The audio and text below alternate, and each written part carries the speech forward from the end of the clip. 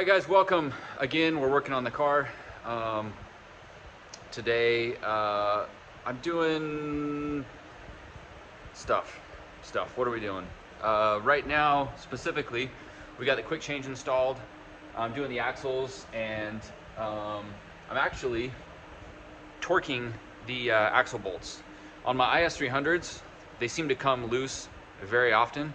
It's kind of hard to get a socket on them. The boot is almost bigger than the bolt circle, so you're always trying to get the socket past the boot, and then it gets stuck and the socket gets wedged, and it's really annoying. These ones have a little bit more space, but I'm actually going to torque them. I don't know the exact torque spec, but I'm going to 90 foot-pounds because they're pretty large diameter bolts. So that's where I'm at today. I'm actually going to torque these and then mark the position of them so that you know, when we're doing a bolt check at the track, we can see if those have backed off or moved or anything like that. So I want to get the quick change stuff just sorted, settled, all done. I forgot to mention this. I did paint the brakes. I like really shiny brakes through the wheels, but the fronts were actually powder coated from the California IS300 that I bought. I took all the front brakes and Wisefab, and since that's a nice powder coat job, I'm not going to paint those green, but I did want something shiny in the rear, so I did fluorescent green spray paint job. Just something a little flashy. I really like, especially against the you know, the contrast of the color of the car. Should be pretty cool. One thing I considered is potentially taking this arm and extending the pivot point out 2 inches that way to make this arm longer. This was actually from a 100 Chaser, and it's already like a little bit too long for the car, so it is pushing the knuckle back a little bit. But just physically having this arm longer would change the geometry, I think, in a advantageous way. And Formula D rules, which I'm not building this car by any means for Formula D or Formula E spec or anything like that. A lot of people throw that around. I have zero intention of ever taking this car to that level. So I'm building this car to hot pit rules. But I believe moving suspension points up to 2 inches is pretty standard. FD kind of standardized that across you know, a lot of rule books. Just building a little box here and making that. I'll save that for the future. I'm not going to do that when I'm in a time crunch, but that's in the back of my mind, is just put that out there, make that arm longer, and see what kind of grip advantages that gives me. I still need to put oil in the diff. Can't forget about that. I should put a big tag that says no oil. But yeah, next up, I should probably put the car down, go inside, and start working on all that, right? I want to fix the trans tunnel. There's a little bit of a issue with that hitting, so I need to pound that out a little bit more. And now that I've got the drive shaft measurement, and then once I weld the trans tunnel, I can take the transmission back out and fix all that stuff up. Brake line, this needs to go up to the bias valve in there. This is for the foot brake. The handbrake lines are all run. And then I'm gonna wait and finish the fuel line once the engine's in place, so I know exactly the length from there to the fuel pressure regulator. But yeah, you see I got the axles marked in place, so we shouldn't have any issues. You know, if they come loose, we'll see right away if there's any problems with that. But yeah, big thing for me right now is the drive shaft, making sure we can get the right drive shaft in time and not have any major issues with that. But the cool thing is, I think as far as the back of the car goes, we are pretty much there. I think that's it. We cut that plate out, which was actually upside down, and so I flipped it and tacked it in place up like that, just as a cover. We don't need that, but I had it, you know, we'd already cut it out, so I just flipped it and tacked it. I boxed the ends there. So yeah, like I said, rear end of the car is good to go, which is a big hurdle that we've overcome. All the front end, the front subframe, front suspension is all dialed. So now it's just engine and wiring are the big things. So we're working on transmission tunnel stuff. We got the transmission in place. It's nice and centered in there. And so now we got the dashboard out so we can get this stuff all welded up. And we're pretty close. We got a little gap there, but we'll get this stuff all sealed up so there's no exposure to the transmission or to the engine bay. And then handbrake's gonna go somewhere around here, but I wanna get that all done so I can do a permanent install on the dash and not have to take it out again. Another thing I gotta do is remove the key lock cylinder. So this has those safety bolts. So I either cut a slit there, use a screwdriver, or I'll just cut this whole thing off the column. So that way, I was with Andy Haley once, I think on Horse Thief Mile or something, And he was in his 350Z years and years, like 10 years ago or more. And his lock cylinder locked up in the middle of drifting, so like his steering column wouldn't move. And ever since then, I've always thought, whenever you have a race car, take this out so it can never become a problem. I don't need the safety of a locking key. And then we can do a final install on the dashboard and be done with all that. Also, I'm going to put carpet in here, so I'll probably, once that's done, I can start to lay out the carpet. You can see where we pounded the tunnel for the transmission. There's a little sensor there. This was one of the shift detents. Obviously, this is the biggest part right here on the transmission. The supports for the dashboard bar go from here to there, so that's gonna be off a little bit. We might just bend that. If I can get the bolts in there again, we'll just put that in and bend it. So still has some support for the dashboard. But yeah, that's where we are. We're gonna shape this up and then weld that together.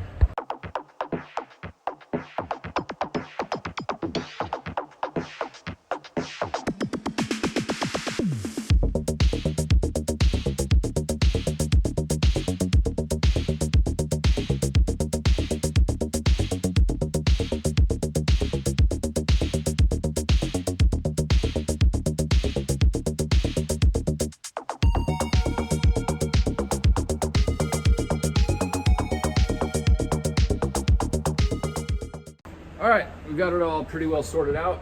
I built a plate here to cover where the original shifter was, moved it back a little bit. This plate, I left a bolt-in plate because the shifter is this high. So if you think about it, when you pull a transmission out, you have to be able to slide it back and then drop it down. So with the shifter being this high, I don't think it drops far enough to slide under that. So I made this removable plate so that can all be cut out, just to be able to service the transmission and take it in and out in the car. Welded all that stuff up so it's all sealed. It ain't pretty, but it'll do the job. And then I need to drill a couple holes from this. Since this is a little bit lower now, those holes don't quite line up. So I'll put this bracket back in to support the dashboard. And then I think I can reassemble everything. I'm gonna let that paint dry for a while. And yeah, I did the battery earlier. All right, things are moving. Sometimes it's easy to get discouraged without making a ton of progress, but it all needs to be done, right? It all needs to be done eventually. So I'm just like, man, it's not running, it's not driving, I haven't done the wiring, blah, blah, blah. But all this stuff needs to be done. It all needs to be done. I've still got plenty of time. But what I've learned is instead of waiting until you have 5 days left and hurry and do all this stuff and don't sleep and all that crap, if I have that mentality 2 weeks before I'm at that point and just scrambling the whole time, putting myself in a situation of high anxiety and rushing and all this stuff, not in a bad rushing, but like feeling the pressure of having to be done way before I need to, then, you know, stuff happens, stuff moves along instead of procrastinating. So that's the point I'm at. I have a lot of time, but I'm still working as if I don't have enough time. So hopefully that works out for me. I think I'm gonna spray these tonight. The way I do it, I don't hang the doors, I like to spray them this way. So I'm gonna flip them over. I'll spray the white on all of them and I'll let them cure overnight.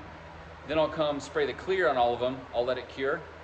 And then I'll flip them back over, and then this side will be, this side still needs to be sanded and stuff.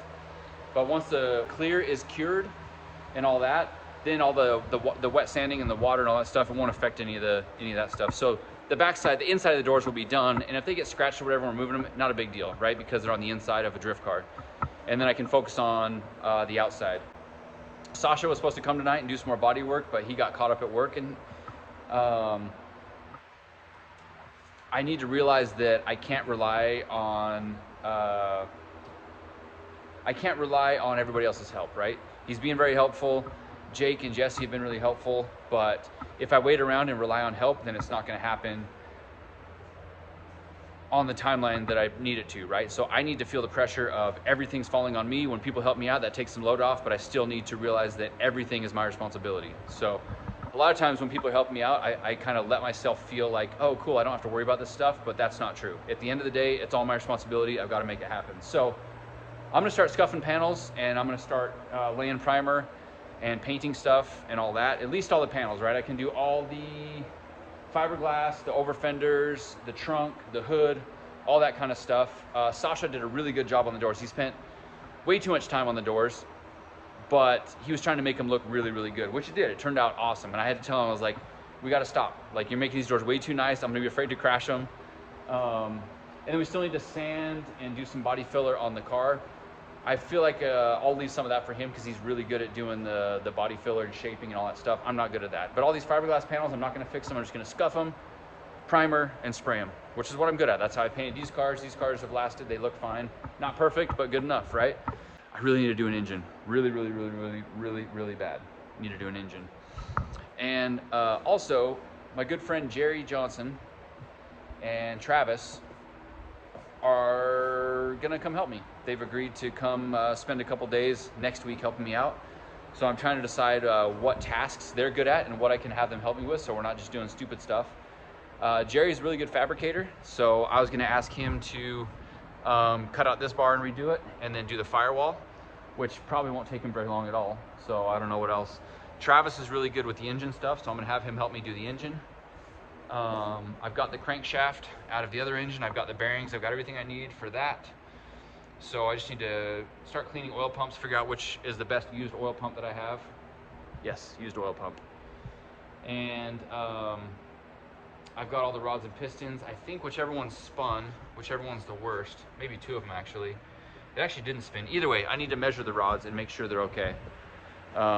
Probably take this engine apart too, and then figure out which of these has the better pistons and rod combo to use, because I'm only going to assemble one engine for now because I only have one crankshaft. I do have the cut crank. I could assemble two engines, one with a standard and one with a cut crank, but I just don't. Do I trust the cut crank motor? I also have an NA motor I need to put together for another car, so I could use the cut crank and the NA motor. Anyways, I'm rambling on too much. I'm going to go inside and get some food. It's 11:20. I still want to come back out tonight and spray those panels. I'll do a time lapse of that.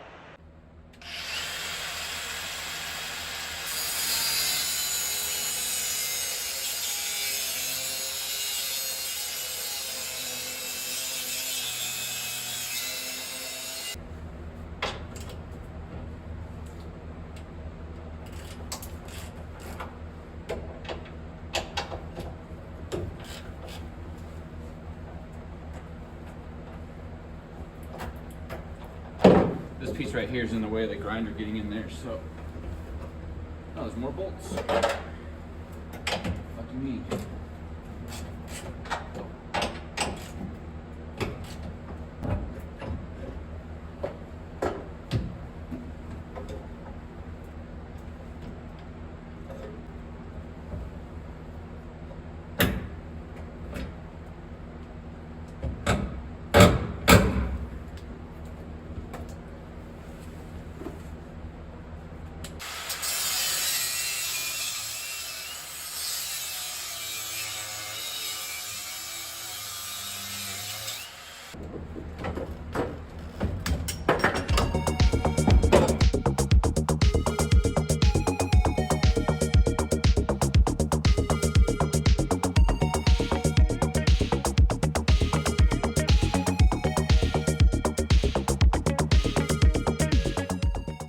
All right, I think I told you guys I'm really excited about this part. This is the cable that will turn on and off the main power.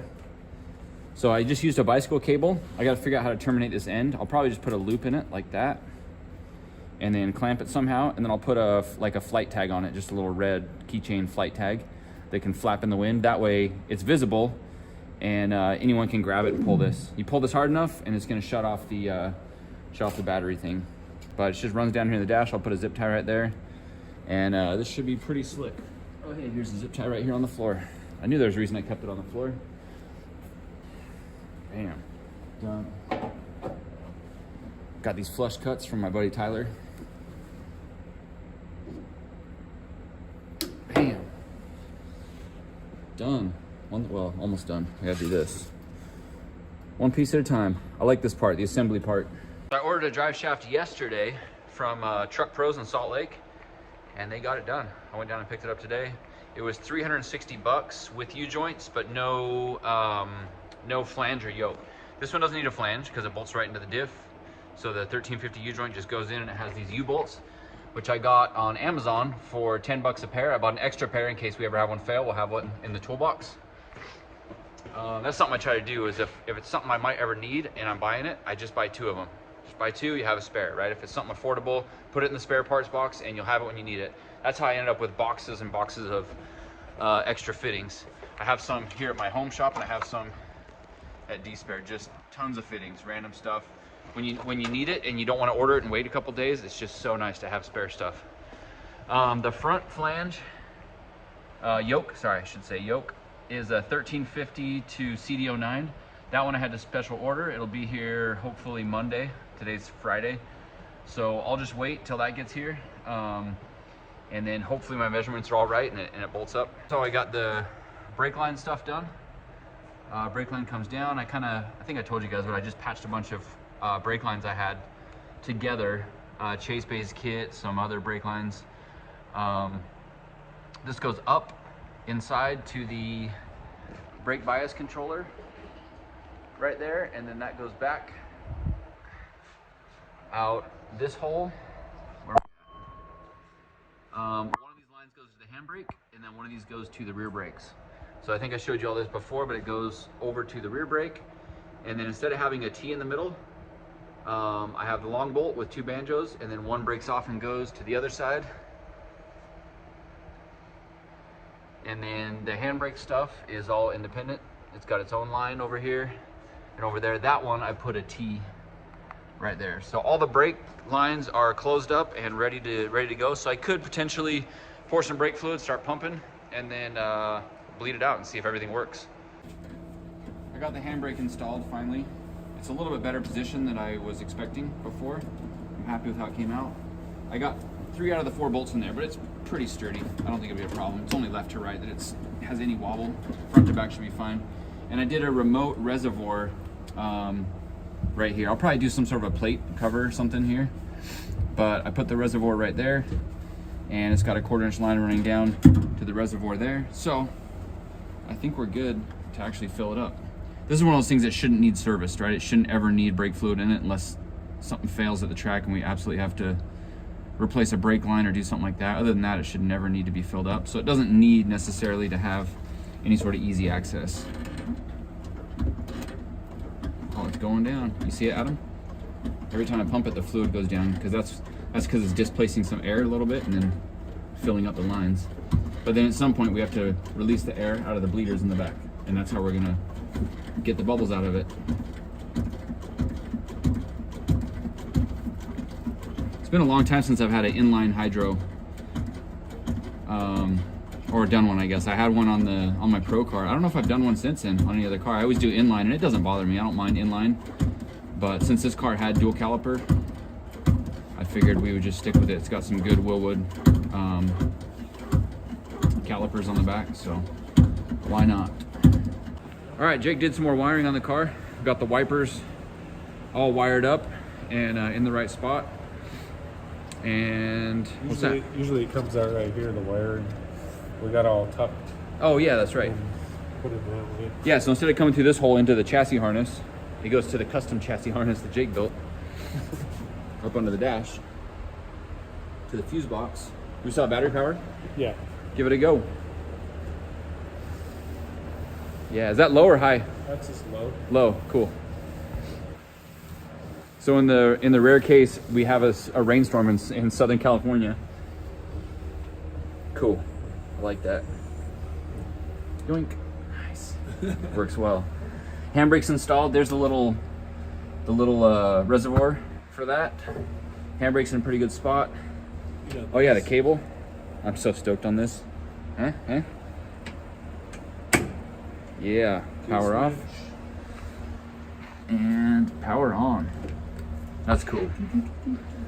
I like that. I'm gonna order a little remove before flight, one of those little red keychain tags. I'll just let it dangle from there. We got the brakes bled. That was a little bit of a chore. I should have filmed that. I thought it was gonna be boring, but it took a lot of pumping and we had to open the valve there to get some fluid going. Then all of a sudden it was pushing the rear. Jake had to recirculate the front one, wasn't it? Yeah. We couldn't get any pedal, and so Jake took the line from right there and then basically put it in there so it was submerged in fluid, so you could just pump it back and forth and get all the air out. And that did it. That's why you're an ASE Master Tech, Jake. Jake knows what to do. I was spraying some panels, spraying the inside of the panels. I painted them the other day, yesterday. It was really good. The paint was cold, everything was cold, so I got a lot of drips. It wasn't working very well. Today I mixed the paint a little bit with less reducer, so it was thicker, and that work came out a lot nicer. So there's a bunch of nasty drips, but it's all inside the door. So now I know how to mix the paint, kind of what temperature we want to spray at for this paint. It's really cheap paint, and it does not like to be reduced 1-to-1. It really should be like a, like 2-to-1 kind of thing. But yeah, it's turning out pretty good. So I'm gonna spray clear on all this, let it cure overnight. I'm gonna paint from here up in black. So I'm just gonna avoid all that, and then I'll mask it and then spray it with a spray can. I'm not worried about having nice paint on all that trim stuff. So yeah, I'm gonna spray clear on these, let them cure tonight. Then tomorrow I can flip them over once it's cured. Then the other side's still primer. I can scuff that, do all our body work for that, while this side will be completely cured and done.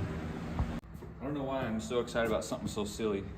I literally ordered these on Amazon. I got a 5-pack of them for like 12 bucks, and they came overnight. But you know, sometimes it's the small victories. When you have such a big project, you gotta break it up into chunks, and sometimes you just gotta enjoy the small victories. I mean, like a big win is when the engine first starts, right? Like you start up the engine, and it's like, cool, everything's working, but I'm not there yet, so I gotta take the small wins, like mounting the handbrake, you know, like the 2 power steering pumps working and all that stuff. And you know, this is another one of those small victories. So, bam. Bam. That's cool. I think it's because I've been wanting to do this for like 15 years, and I've never done the cable, not this, but the cable. And now the cable works, and it goes to the thing, and it's just, and it wasn't hard. Over 15 years, I'm like, how's that gonna work? How, you know, I don't know how to work with the cable. I've never done a bicycle cable. I've never made my own bicycle cable mounts. It wasn't hard, right? And it's just like a really small victory. And some of you guys are probably like, that's stupid, that's so simple. But for me, it's like, it was a big hurdle. I've overcome it. It's like, oh yeah, it really is that simple. You just gotta do it. You gotta do it to get comfortable with it. And I think that's why, for me, this is a little bit more than a small victory. But today, I've got paint stuff to do. I gotta sand and paint. I guess I'm just gonna paint, right? I got the doors, insides of the doors white. I just left a fingerprint in one, trying to move it. Luckily, it was in an inconspicuous spot, but I'm not ready to flip them over because I think it'll leave marks. You know, it'll dig into the rags, it'll leave marks. So I gotta let it cure some more before I flip them. Because the underside is still primer. I don't know if you can see the color, but that needs to be wet sanded with 600 and then sprayed. So I should let them cure a little bit more before we back mask it, because then the masking tape will stick to the wet clear.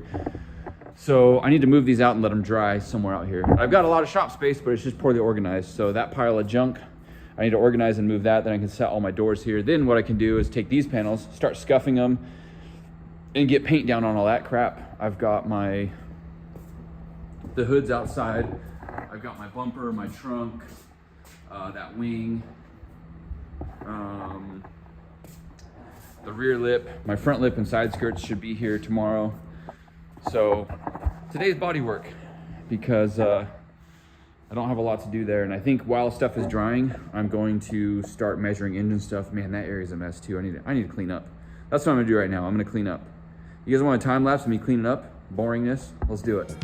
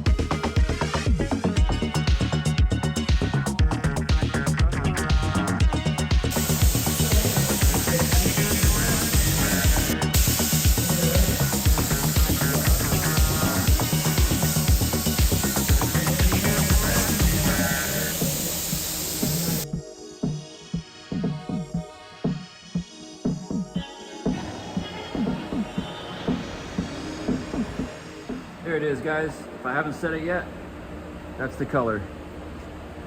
White. Just a white. I've never done this color before. And one of the reasons is because it hides bad bodywork.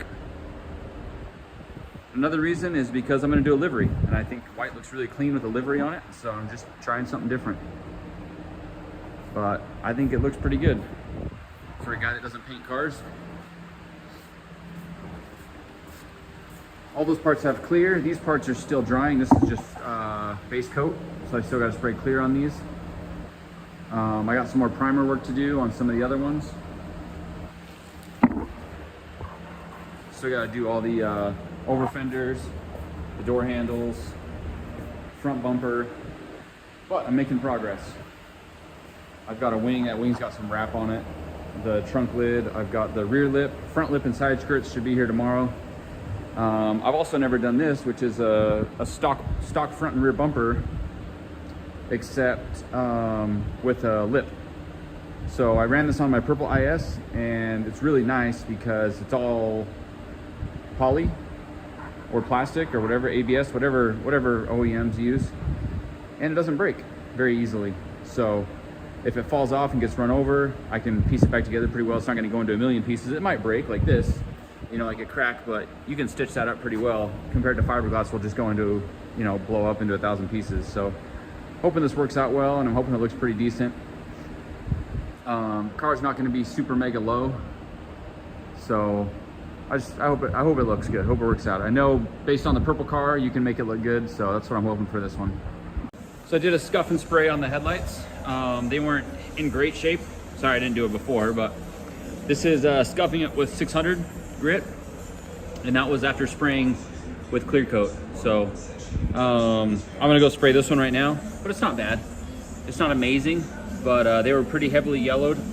So I wet sanded it and then sprayed it with some leftover clear. So it'll make it look a little bit fresher. So I'm gonna hit this one and then call it a night.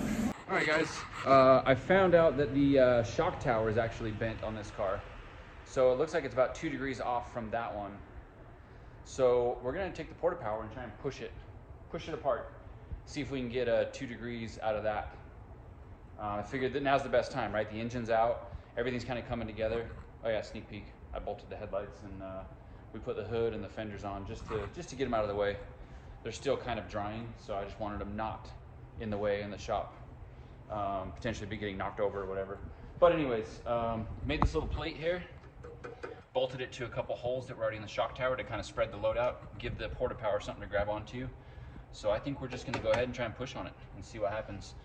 And then the way I'll know is I'll just measure the camber between left and right wheel. This one was 2 degrees off, so we'll just keep pushing it. And we're gonna have to go a little bit past because you have plastic deformation and elastic deformation. Plastic is where it goes and stays. Elastic is where it goes and bounces back. So we got to go past the elastic deformation to get the plastic to stay, and then, yeah, anyways. So let's give it a shot. All right, let's see what happens here.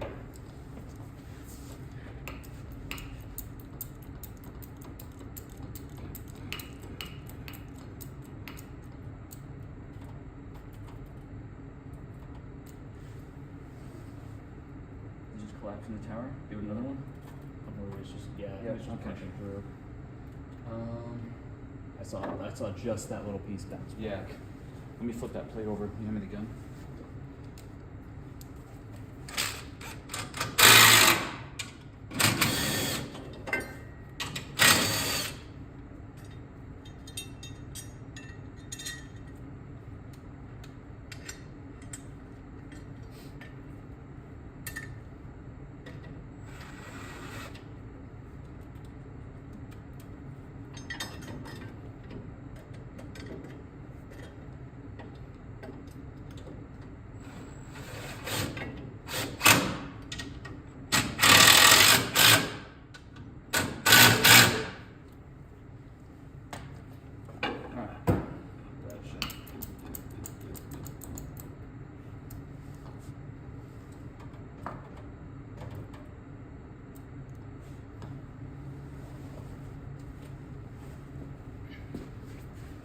Okay. I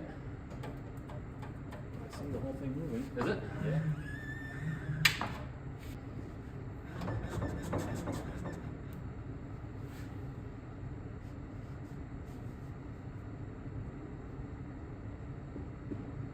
and 5.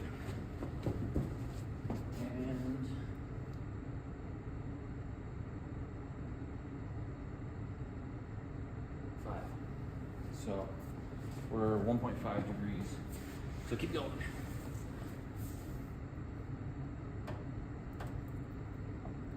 Saw the top of the strut move. That's good. Oh yeah. Measure the distance between the top of the two. I guess I could measure another chassis, huh?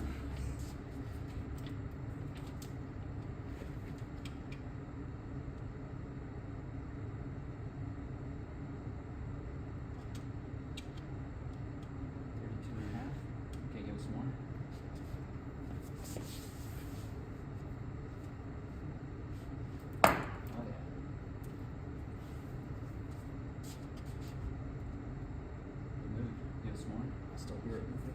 It's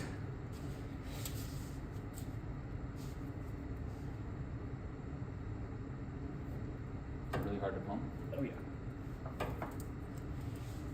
Those are the kind of crunches I like to hear. All the corner now.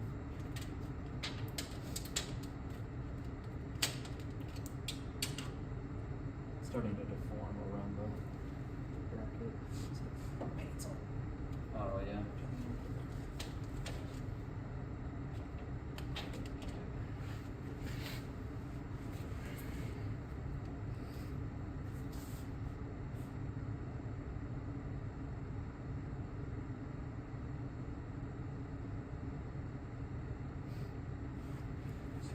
I think that one was 5.5. Oh,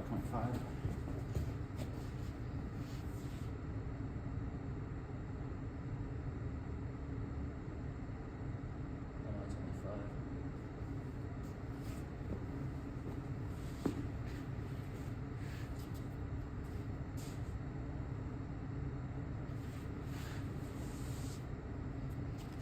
I don't think that's getting messed up too much there. Not too much.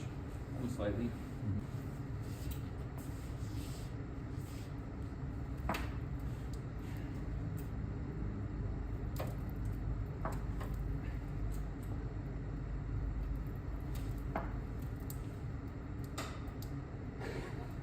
I heard a creak over there. Yeah.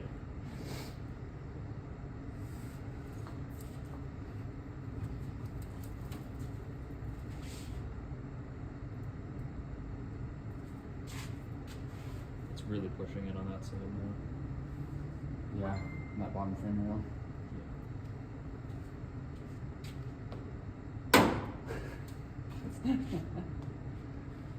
That might be it, huh? It's probably starting to oppose over there, like you're saying. Yeah. It's just gonna end up doing more harm than good. Oh yeah, it's just caving that in.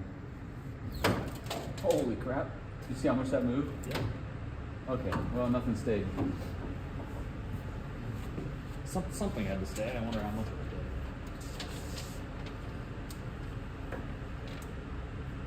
Look at that. It moved it almost a whole half inch. Yeah, for real. Huh. Let me check the camber again. We might only be off 1 degree now. Or 1.5, I mean.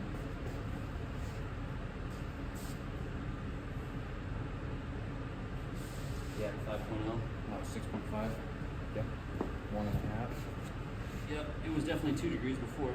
Yeah. And you have the same length on all the Yeah. adjustment stuff. Yep. So if you guys saw when we released it, everything actually moved quite a bit. You can see the headlight flex back in like that. But I was just looking at it. I'll bet this plate was welded in after the car was crashed. It was probably built after it was crashed, right? So the shock tower was already in. But this is probably holding it from staying out, right? I'll bet if we cut this plate off and then push it over, I'll bet it'd move a lot easier. There'd probably be a gap here where the metal is, and then weld it back together, it'd probably stay. But that's more work than I'm trying to do right now. So it will just have to live how it is. I don't know if it moved very much at all, but very interesting watching the video, how much stuff flexed when we released it. Today I've been doing a lot of painting. I got a lot of panels done and prepped and sprayed, and I wanted to let them dry on the car. That's the best place I could think of to let them dry, because I'm running out of space. Everything's taken up. There's no room to hang stuff anymore in the shop. But we're doing something interesting. This is a bad block. I need to throw it away. I forgot to film it, but Enrique and I just put the cylinder head on the bad block. No gasket, no nothing. Put 4 head studs in it. No oil pan. And we put the mounts on it, and we put the head, and we put the intake and turbo. Can you guess why?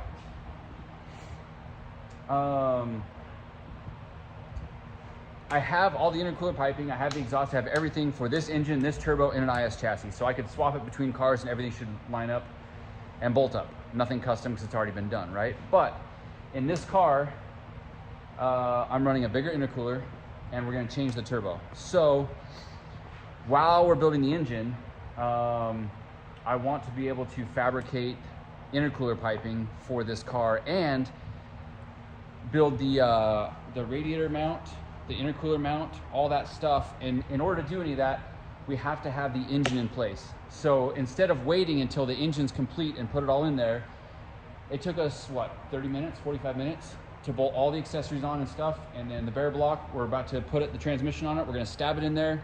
I think we'll be maybe an hour total time in order to save all that extra time from having to wait till the engine's in to do the fab work. So, and that doesn't matter if I'm the only one working, but I have 2 guys coming to help me out tomorrow who are capable of doing that stuff. So in order to make their jobs easier and free up time for them to do that, it makes the most sense to put this in. So we're gonna put, what do you call this? Placeholder, what's the word for that? A mock-up. I can't think of the word. We're putting that in place just for the purpose of having the turbo and the intercooler or the intake manifold in the right place. So let's do it.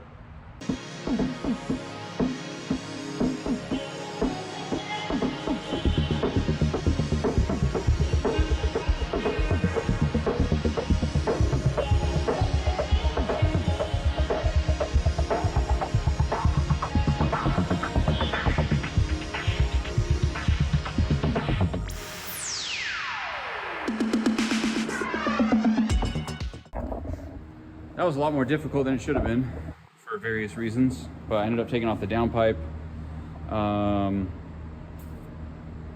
Yeah, the turbo was hitting right here. The engine was sitting sideways because the chains weren't level. That's where it helps to have an engine hoist with a leveler. But that worked out perfectly.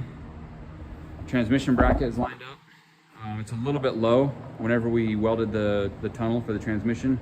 It's off just a little bit, so I'll have to rebuild that trans bracket, but that's fine because it was rubber and I wanted to do solid anyways.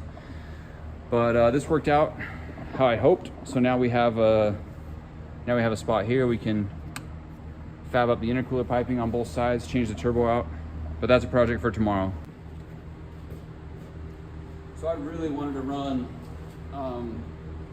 back windows and side windows in this car. So I found some tinted windows and those amongst those 150 doors that I claim to have, and so I'm putting all the trim back in, and I want to make the windows fit in here. So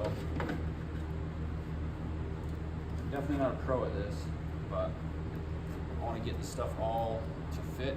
But there's no regulators in here, so what I'm going to do is put the windows up and then find a way to secure this in the up position. And keep it that way.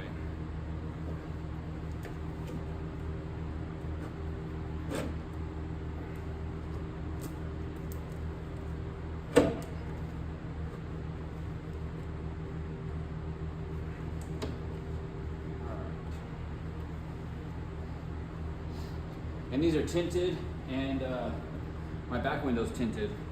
The back window is actually from my green IS, my first Drift Week car. So there's a little bit of nostalgia there, for sure, for me.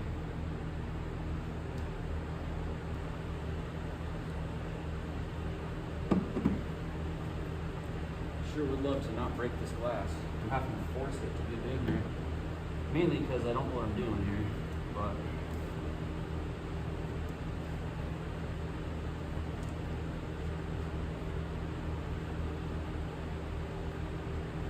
I'm not gonna lie to you guys, I already did the other one. So I did that so I wouldn't embarrass myself doing this one. And here I am, struggling.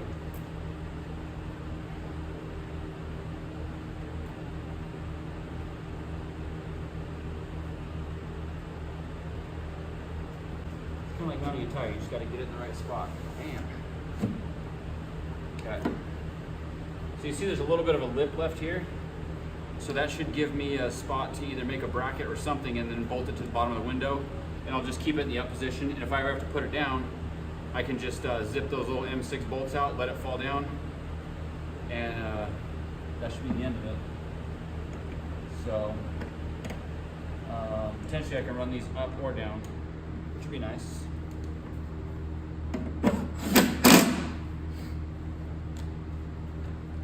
That's it for tonight. Thanks, Enrique. We'll be back to it tomorrow. Today we got something going on. We got special guests here at the shop. Today is engine build day, which is good. That's an important part of the process, right? Because we've been doing paint and getting everything ready.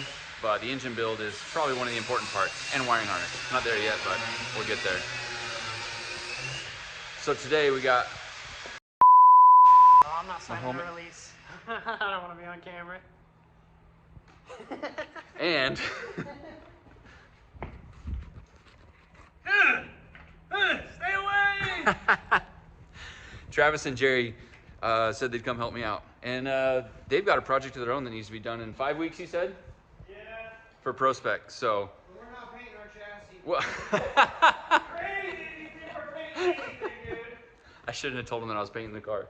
Like, you don't have an engine, a wiring harness, you need the roll cage cut out, and you're talking about painting the chassis? No, we're building the car. All right. So Jerry's cutting the bar for the cage, so that my driver's seat can go further back. Trav and I are going to work on doing the engine today. I haven't worked with Trav for a long time, but me and Trav used to build engines, and then he started doing V8s, and he says he doesn't even know what this thing is anymore. Looks fast. So last night we put the engine in place, but it's not the real engine. Got a short list of stuff to do today, but I think it's going to be a big step forward with all that. If we have an engine ready to go and the chassis is done being worked on, then I can paint the chassis tonight and get everything ready to throw the engine in the car. So I went up to Darwin's place and had all the rods machined. Look at that, beautiful. They're all round now, so I can put the rings back on, put the bearings in, get some measurements, get the crank checked. I'm gonna use this crank. But the block needs a little bit of work. So, I mean a little bit of work. I need to just run the hone through it, freshen the surface up, get all the surface rust off of there from having it in the wash. I'm gonna clean all the holes for the freeze plugs, put the freeze plugs in. I'm gonna take this outside and wash it with a pressure washer, spray it black, and then the block will be ready for assembly. So there's still a little bit to do before I can assemble it, but at least everything is done as far as machine work. So Jerry and Trav had to take off, but he got the bar cut out, so now we can bend the bar tomorrow, get the seat in the right position, and basically build the bar around where the seat's gonna sit. I'm just bolting these fenders on. I really like using these fender washer hardware. They're all M6 anyways, they just have that washer to it. I figure if you're gonna have, you know, something bolted or riveted on, these have riv nuts, so it makes it removable. You're not really gonna hide the fasteners. So you might as well get some fancy fasteners and show it off. That's what I have on there. I have it on my chaser as well. So figure, why not, you know? Plus I have some, so I'm just gonna get these bolted on. That way the fenders are one piece. Instead of having the two pieces separate, since it's all cured now, I can bolt them together. That way when I gotta take them off, I'll just take it off as one piece and not worry about separating those two parts anymore. Yeah, Jerry was telling me he's got everything ready to do that. He's gonna come back tomorrow. Him and Trav are gonna come back and work on that. I had the inch and 3/4 die. This one's an 1.5 inch die. I had that up at Seth's place, so I had to run and grab the die so we can bend the tube for that. This is the bash bar from the chaser. I'm gonna try and straighten it out while it's in here. I'm gonna try and use this on the IS300 so we don't have to build something new for now. So I told you guys about this. Looks like that bash bar will probably work. I'm gonna leave that in Jerry's hands. He's gonna mount the radiator, the intercooler, the bash bar, and all that stuff. I'm gonna focus on other stuff and trust that he will just handle that, so that I can reduce my stress and focus on other things that I have to deal with. So I'm gonna get this fender bolted up and then check on what I gotta paint.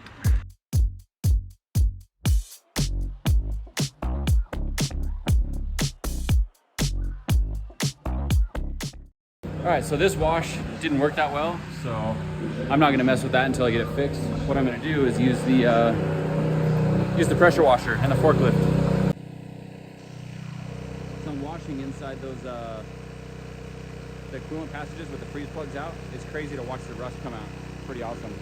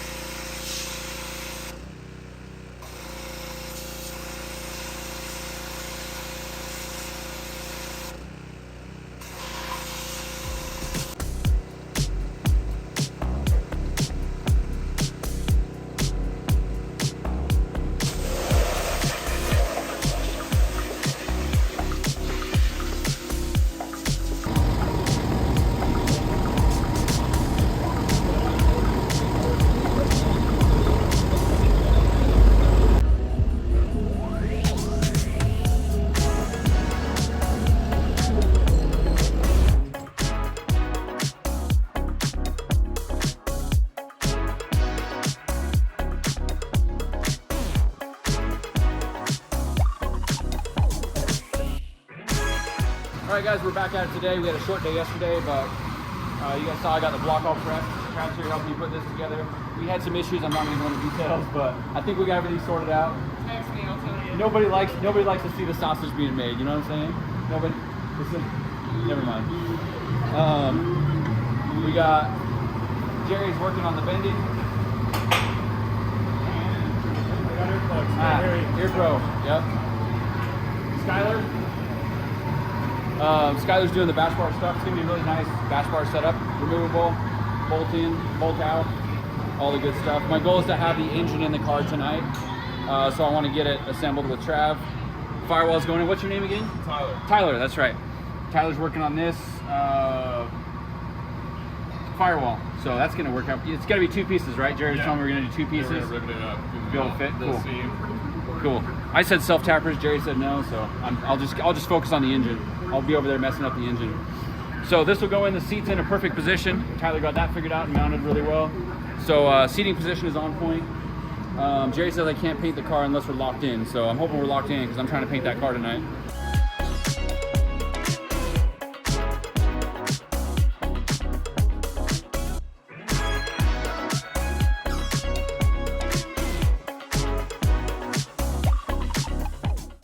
Look at that work of art right there.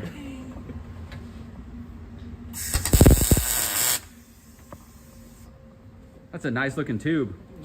It's a tchoobe, baby. The best part is the seat fits. I still can't hear. I'm still wearing earplugs. I'm talking to the camera. I'm still not listening to you, dude. Oh, dude, that's level. I don't know if the car's level, but the tube's level to the ground. Tube's level to something, right? Alright, test with the seat. Oh, it's fine, dude. The seat's fine. Well, for the height. Oh, yeah, okay, yeah. Come on, we follow the rules I around don't here. know. We don't listen to you, I don't know dude. about any rules.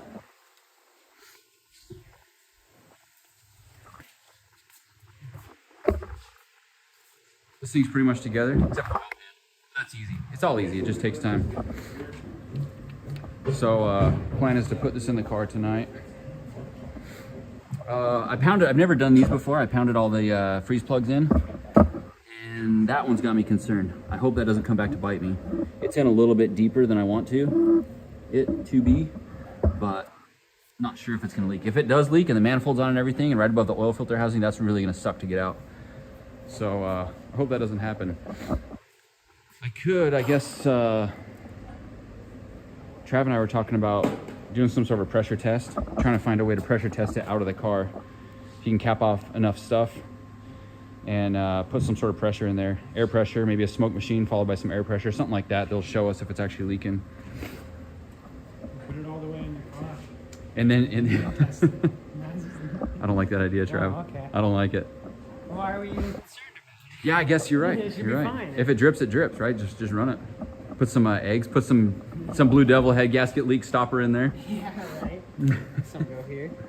I don't know what goes. Oh yeah, That's something. a water fitting goes there. Good call, Trav. Probably something important. Yeah, definitely, So hold the definitely. engine. Yep.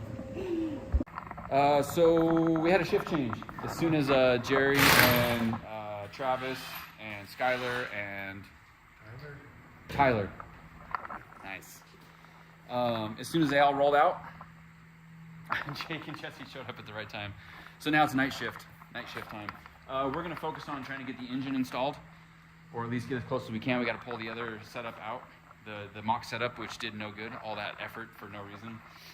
And then Trav and I got this pretty much done, so we got a little bit of stuff to do, and then put it in.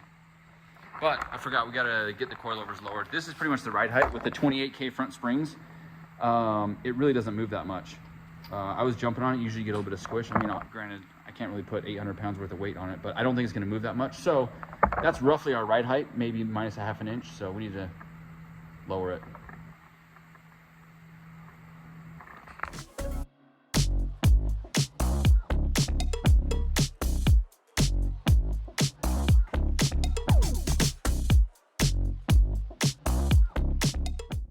All right, so there's a certain point in a build where like it feels like things are happening. And for me, that point is always like, well, there's milestones, right? And this is a big milestone because the engine is in the car and it's not coming back out until this car runs. So for me, that's always like a big motivation, like, oh, we're close to the finish line, right? I mean, there's still a lot left to do, but like that in itself, getting the engine in and bolted in and everything's lined up. We're gonna put the drive shaft and then it's like mechanically, everything is in place. So that's kind of a big deal.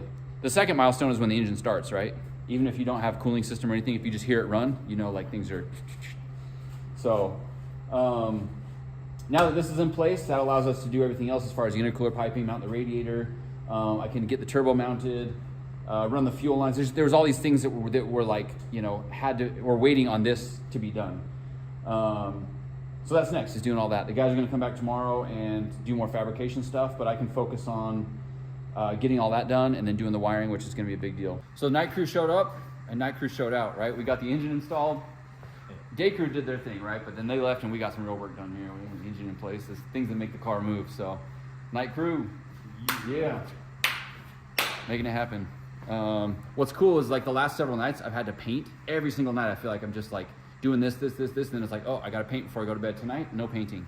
Because the last thing to paint is the car itself.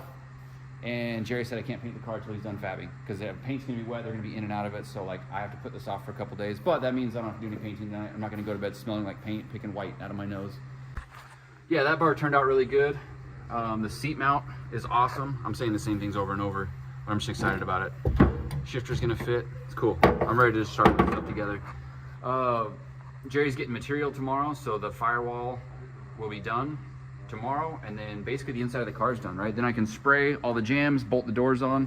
Oh, this is cool. Jesse was making a mount for the windows in the back of the car. So what we decided is we'll just do a little bracket here. We'll just weld it, put a bolt through there to hold the window up. That makes it removable. And then Jesse actually saw that this almost lines up where we can just put the bolt right through the handle, and the handle will have a spot. Not that the handle's not really needed, but it goes there. It's just part of the assembly, so we might as well use it, right? We can open the door from the inside. If I ever get locked in the back seat trying to take the battery cables off or something, I can get out. All right, we're back at it again tonight. Day crew left. I didn't do any filming today. Everyone was super busy. We got a lot of stuff done today, but it was just all hands on deck all day long, and I didn't have time to film anything. But we got quite a bit done. But unfortunately, there still is a lot left to do in a short amount of time. So. Still working on a rear bash bar. Skylar was working on that, so there's a little bit left to do on that, but well, I'm going to say this about everything, but I can finish that up pretty quickly, hopefully. Me and Max got the exhaust put on. Unfortunately, when I welded the drive shaft loop, I totally forgot about the exhaust, and then Jake pointed that out last night. So we got that measured up. Max is making a little bracket here to bypass all that, and then we'll shorten up that loop a little bit and make that fit with the exhaust. The exhaust was already built for the car. It fits really well, but not with my my blender here with the drive shaft tube. So we'll get that all welded up. Engine's in place, clutch is bled. Jerry was working on the intercooler, did a bunch of aluminum welding for me today. So we got the intercooler in place. This gives us a little spot to mount the radiator. So once I get the intercooler exactly where it needs to go, I'll drop the radiator in, figure where that's gonna go, build little brackets for the bottom. Jerry did some brackets for the top. He told me not to mention his name because he's not satisfied, but we were in a hurry. So I said, do what you gotta do to make it work. So he wants it to be clear that that's not his top level work. I think it's pretty awesome, but he thinks it's not good enough. So yeah, once I get the radiator in place, we can start hooking up the hoses. The engine's done and in place. Me and Travis swapped out the turbo today, so we got the 3582 in place. We welded the whatever it's called, the elbow on, and so now we can start intercooler piping for that side. We do have the piping for the other side already done. We're gonna have to modify it for sure, but that should just be one cut and one weld to get it to line up with this. We've been cutting up the chassis so everything fits that way. Like I told you guys, this is the JZX100 radiator, so that should go in there no problem and fit. It's already got the Taurus fan on it.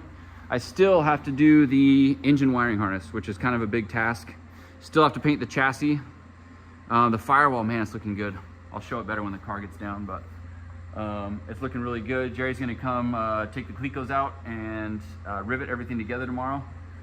So that's gonna be the fanciest part of the car is the firewall. That's all good. Seatbelts are mounted. So yeah, a lot to do.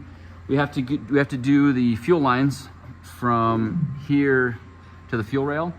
I needed a 8 ORB to a -10 fitting, which I didn't have, so I had to order that overnight on Amazon. I don't know what people did without Amazon before that existed. Literally, I've been getting fittings like next day or 2 day. Super handy, super convenient. So yeah, Max got the oil filter relocation set up, or I mean the oil cooler sandwich plate. So that's actually where we feed oil on the NA block to the turbo. So it comes under, that goes up to the turbo, and then we'll do the oil cooler and then pull those hoses out to the oil cooler. But we actually got quite a bit of space under the manifold here, which is pretty cool. Usually I put the power steering pump right here, but since they're in the back, the electric power steering is not in the way. There's a nice empty void.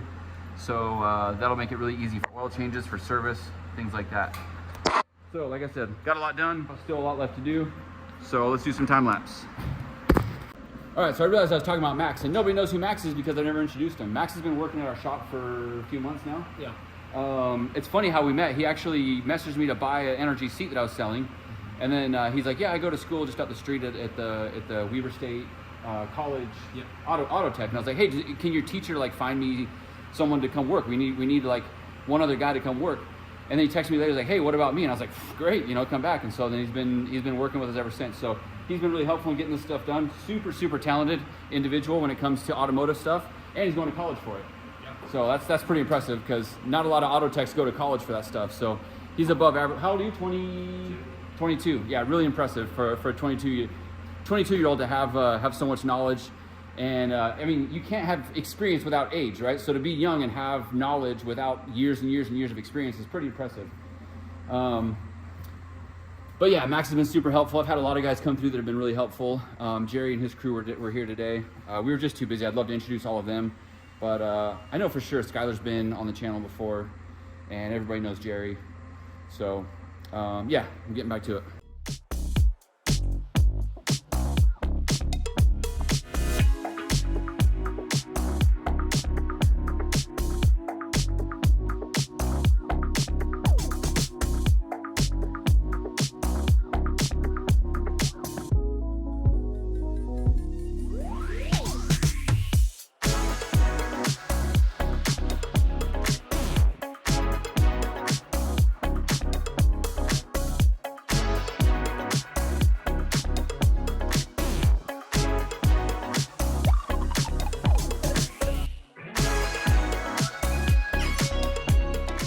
To mount the wing on this trunk, which is cool because it's a wing, but it's also like we're trying to find the template and make the template for the holes. I'm trying to find the spot where to drill them. So we took a bunch of measurements, and I'm kind of hoping it is correct, because there's already some holes in the trunk, so it's not like some pristine trunk by any means. But also, you know, I don't want to turn into Swiss cheese.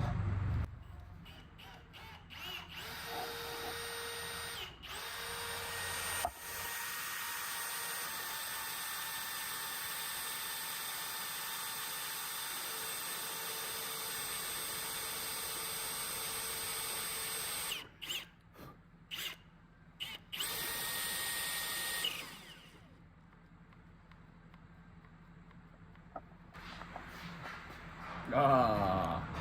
Murphy's Law. And of course it's right on the edge of the trunk. So now I grabbed the drill bit and walked it in. So now we're gonna have a giant hole. But like, look underneath here. It's right on the edge of that body seam, or whatever you want to call it, the fold. So that makes it really hard to drill. So, it's just great. Just have to turn it into Swiss cheese, I guess.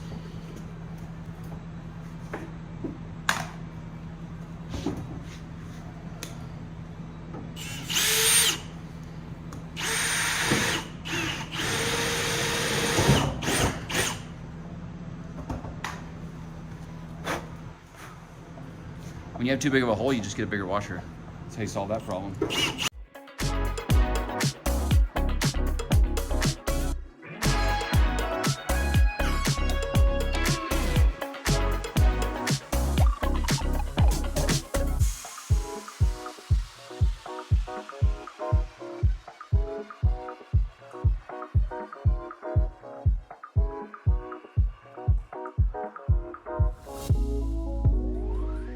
So Jesse got the wing painted. Well, not the wing. What do you call that? We got it mounted, and oh, there's a third brake light. It's really weird. It's not a light, but it was like a, I don't know. Can't remember if I showed it in another video. But we just painted it gray, like everything else that's gonna be gray, because it just looked really weird. So that's done. Wing is on. We got it to fit. Looking pretty flossy. We're gonna let that dry before we untape it. The intercooler piping, I got it tacked up. Jerry's gonna weld it tomorrow. He's a much better aluminum welder than me. So all that's gonna fit. Intercooler's in place. Radiator, we're gonna leave that for tomorrow to mount up. But I'm gonna put carpet in the car. I was looking at the rule book and there's nothing in the rules about carpet. So I messaged Jeff and said, hey, is this a problem? He's like, that's kind of a stupid idea, but I'm not gonna stop you in my car ride. Then we're doing it. We're putting carpet in here. I love carpet, personally, in my drift car. Yeah, there's the firewall. I was gonna show you a better view of it. Oh yeah, and when you drop your phone on the floor, it doesn't get all scratched up. They're gonna come. I already said this. They're gonna come remove the clearcoats and do the rivets tomorrow, so that'll be good. Then I can glue the back glass in. We got an antenna for the radios.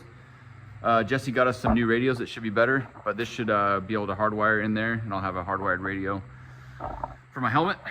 But yeah, it's time to put the carpet in the car. I've been excited about that. Jesse got that bar sprayed white, so it all matches now. Look at that, it's a complete car. It was a big deal being able to move the seat back, and it looks really good. So, seating position is awesome. Third place seating position.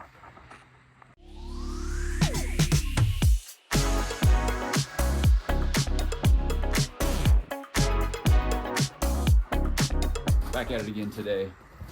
Got quite a bit done yesterday. Today's Saturday, so a week from today we'll be in competition. And the car still hasn't started, so it's a little bit nerve-wracking. But I gotta make room in this trailer. Got a lot to do. But today is wiring day. I want to hear the car run. I want to get it started.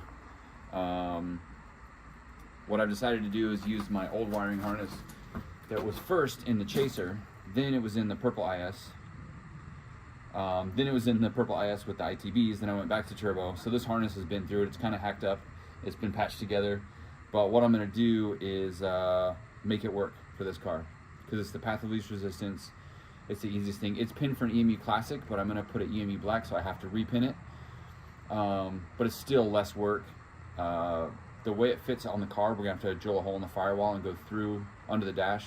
But either way, I wish I could build a harness from scratch. I don't have time. I was thinking about it, like I could spend all day doing it, but I got to hear the car run. So I'll probably go back and redo the harness, build a harness for it between rounds. But for now, I'm gonna make it happen. So let's time lapse it. Harness work, car's gonna run today. Let's go. Hey Kaleb. What's up? Caleb's doing the hole in the firewall. From the bottom. From the bottom. Oh, dude, you're already through. Look at that. Go for it. Just don't get any metal shavings on the carpet. You have a vacuum.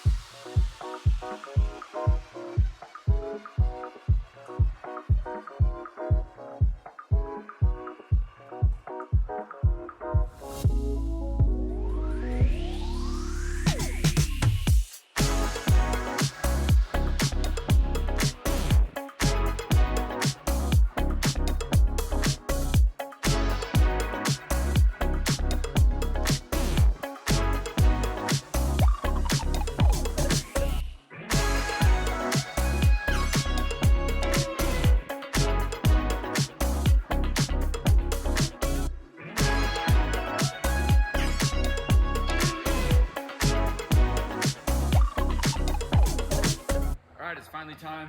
We got wiring plugged in. It's not pretty, and there's still some stuff that needs to be fixed on it. But we're ready to start doing some testing of the different systems and get close to cranking. So let's see what it does. I got it hooked up to this for now.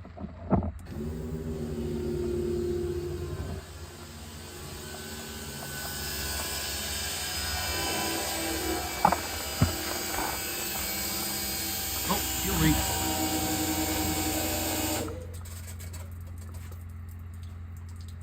At the filter or something.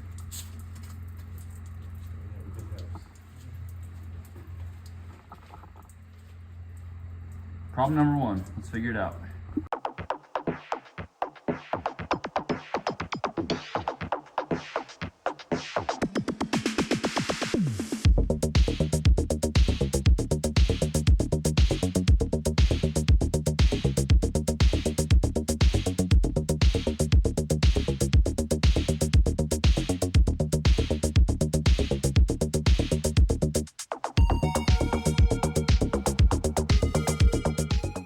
So it turned out just to be a bad fitting, we think. So we changed it out. For some reason, when you buy the kits, they come with all those 180-degree fittings. So we had tons of those extra fittings. So we just swapped it out. Now let's see if it leaks again.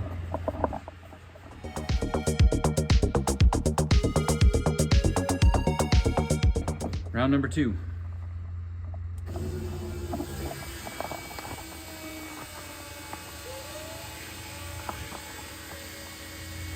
Alright, that leak's fixed. Any leaks up front? I always, whenever we turn on a fuel pump, I go into the car right away, because that's where you're going to find the leak first, right? And then you can find the source. No leak. I learned that, I worked with Jake years and years ago, like over 20 years ago I worked with Jake in an oil change shop. That's where I met him. I mean, I knew him in high school, but we actually worked together. And I remember we would start up, pressure up, no leaks. So I learned in the oil change shop, as soon as you start a car with after oil change, you look underneath it and look for any sort of leaks. So it's been a habit of mine ever since.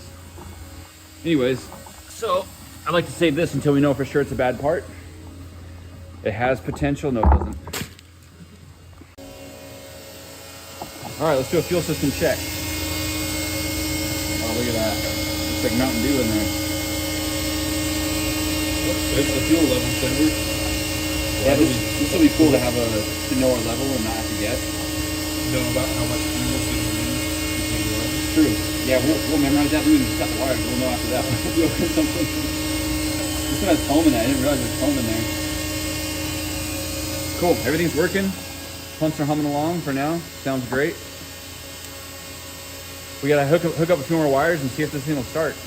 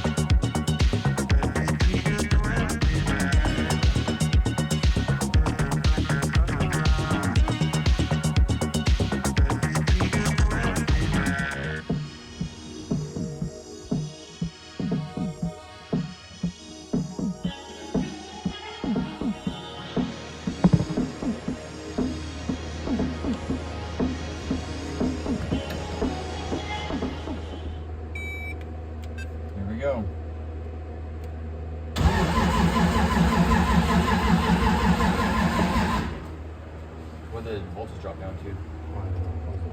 Oh, there you go. 8.4. So the battery Yep, is bad battery. very, Well, we need to charge the battery tonight. very low. Bummer. Or it's not big enough. You think? I don't know. It's not a really huge battery. It can't go with 4 cylinder. What is this? This isn't a diesel truck. Like It's got like. it's electric, half electric. Should we boost it with the thing and see? I have a booster on the front post right now. It's going right now.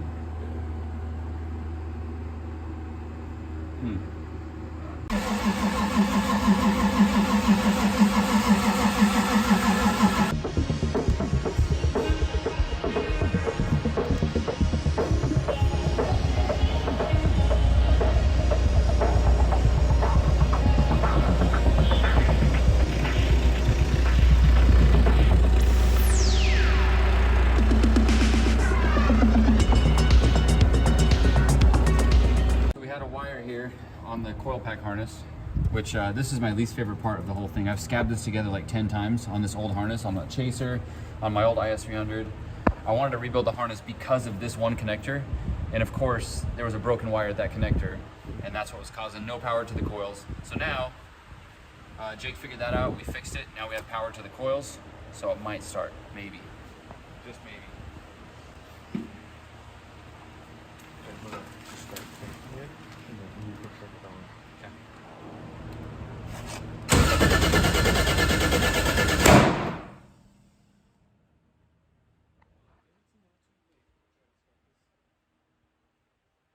What?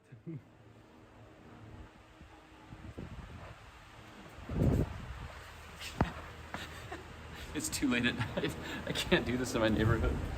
It's 1 in the morning. This is something we do at the shop in Clearfield, not in the late neighborhood. So we're done for the night. We can't be having gunshot loud pops while we're trying to figure out the timing on this thing in my neighborhood at 1:30 in the morning. That's not gonna work, so we're gonna cut it off. But let me show you what we got today. Jerry came through and finished the radiator, intercooler piping. The firewall looks awesome. I probably showed it 10 times, but he actually used seam sealer. So like this thing is fully sealed up. Looks really good. I love it. He's like, oh, this isn't my best work. And I'm like, yeah, whatever, man. It looks really good for me. I mean, yeah, there's always better. Anyone can do better at anything, but I think it looks really good. I have an idea to mount a heater core back here, run my heater lines all the way into the car to get added capacity and to have an extra cooling, you know, what do you call that? A heat transfer, heat dissipation unit, right? Whether that means we, you know, when we're filling gas, we just pour water on it, or if I wire up a fan to it or something. But if I run lines to the back, that means I could potentially, you know, get something bigger in the future when I have more time. But either way, I had this heater core at my shop, and so I was like, you know what? I just had that idea, so I might do that. The power tune works. The key on. Yeah, that's sick. ECU turns on, pumps turn on, and the power tune digital also turns on. See if the ethanol content thing was still working.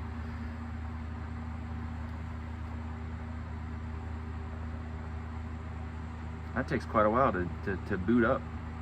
Yeah, ethanol content is dialed. Oil temp's working. Yeah, that's cool.